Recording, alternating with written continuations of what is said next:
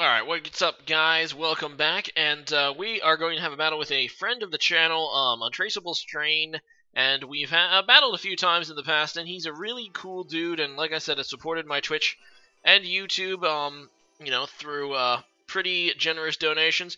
So, he's a really cool guy, and I like to battle him as well, so let's go ahead and get into it, and, yeah. We're just going to go ahead and start. So I'm going to go ahead and lead with Mamoswine, which is a fun Pokemon in Sun and Moon. It's actually clawed its way up to OU.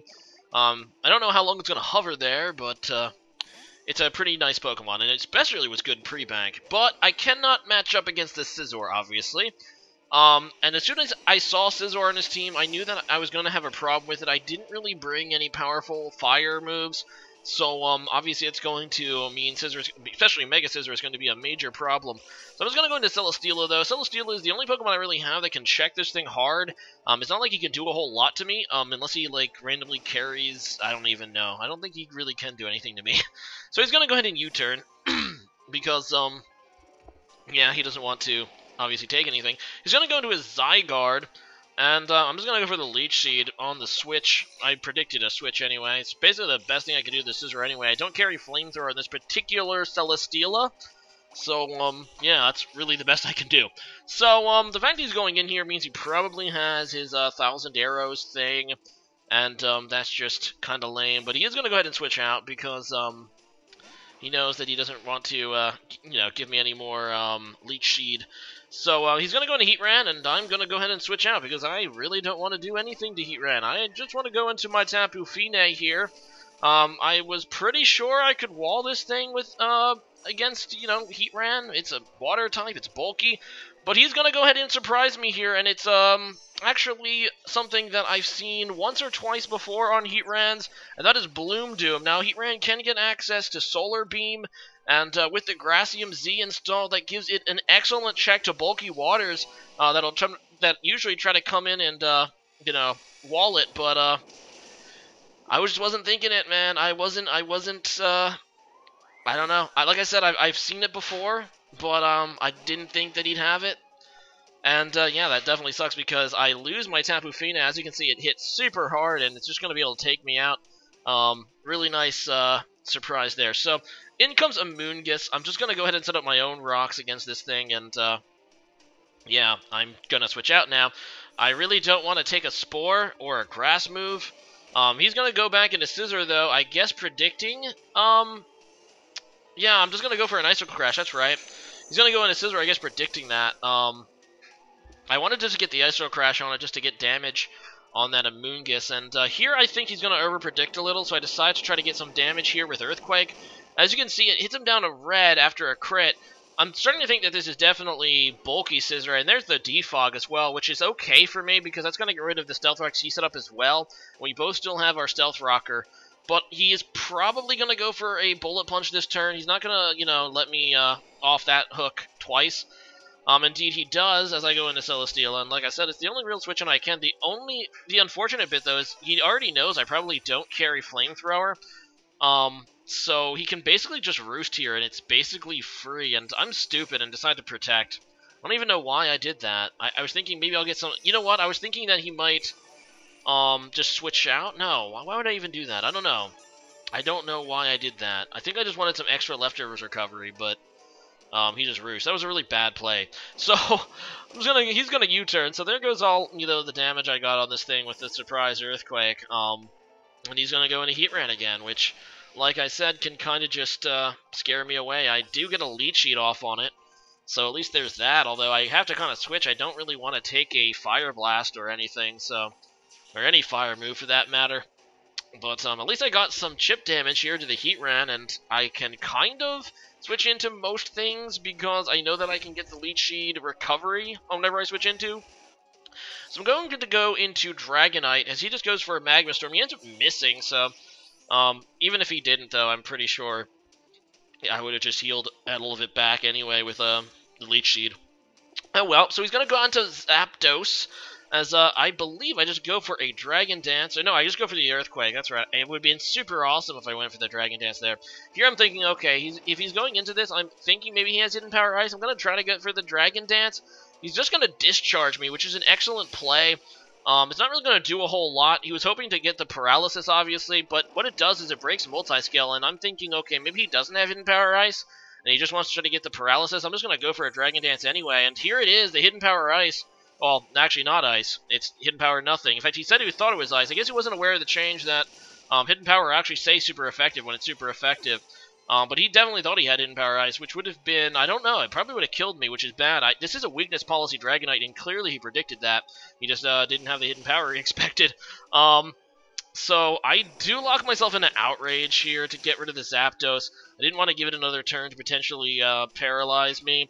I really should have tried to get another Dragon Dance off, knowing that he doesn't have Hidden Power Ice, because this Scizor, like I said, is bulky Scizor. It's going to come in, be able to wall, take that Outrage, and unfortunately he's going to be able to 2-hit KO me with the Bullet Punch. I was really hoping that I might be able to live one and maybe get rid of this thing, but like I said, the Scizor is just too strong. So I'm going to go out into my Hoopa Unbound. I just go for a Hyperspace Fury, and as you can see, it does a lot of damage to Amoonguss, so this Amoonguss seems to be specially bulky, not physically, which is good for me, because now I can just 2-hit KO it here with the Hyperspace Fury, so that's not so bad. He is going to probably force my switch out now, though, because I do have negative defense. Due to the fact I'm using Hyperspace Fury, so he's going to be able to pretty much safely go back into Scizor, and no, he's going to go into Zygarde, that's right. And this time he is going to try to go for the 1,000 arrows on my switch, which is an excellent prediction. To be honest, I just go into Celesteela, and yeah, I'm going to take that 1,000 arrows, which is a ground move, but it's a pretty cool one because it can hit flying Pokemon, and then it grounds them. So I actually lose my flying type now, and I'm going to be weak to it, but there's really nothing I can do, nothing I can switch out into. It's just not safe. I really shouldn't have sacked Celesteela, though. It should have been something else, but something had to go, unfortunately, and I guess I just choose to sack that. So I'm going to go into Mamo, and this should, at the very least, check the Zygarde. I decide, I believe, I think I tried to go for the Earthquake? No, I go for the Stealth Rocks again. Knowing that he was going to switch. I really should have tried to predict the switch and maybe Earthquakes, but, whatevs. He's going to go into Keldeo. I go into my Alakazam. Now, if this thing's Scarfed, I'm pretty much screwed. I just have to hope that I can take one of these and then, you know, Mega Evolve and become faster and kill it. Now, I do get a bit of a break here. He goes for the Hydro Pump, and it is indeed Scarfed, so he's going to be able to outspeed me, but he misses, which is huge for me. If he wouldn't have missed, I'm pretty sure I could have gotten just swept by this Keldeo at this point, so a little bit of luck in my favor there, and I'm able to actually get the KO on the Scarf Keldeo with Psychic. So that's going to be able to tank the thing out, and yeah, in comes Zygarde again. And one of the new tricks that Zygarde got in Gen 7 that it makes great use of is, you know, Extreme Speed. I hadn't seen it yet. I was really hoping he was just, you know, just bluffing it, but no, he does carry it. I mean, it just seems obvious, but there's really nothing I could have switched into. And Alakazam could have just gotten completely checked by Zygarde, you know, for the rest of the match anyway. I was going to go into Heatran here against my Mamo.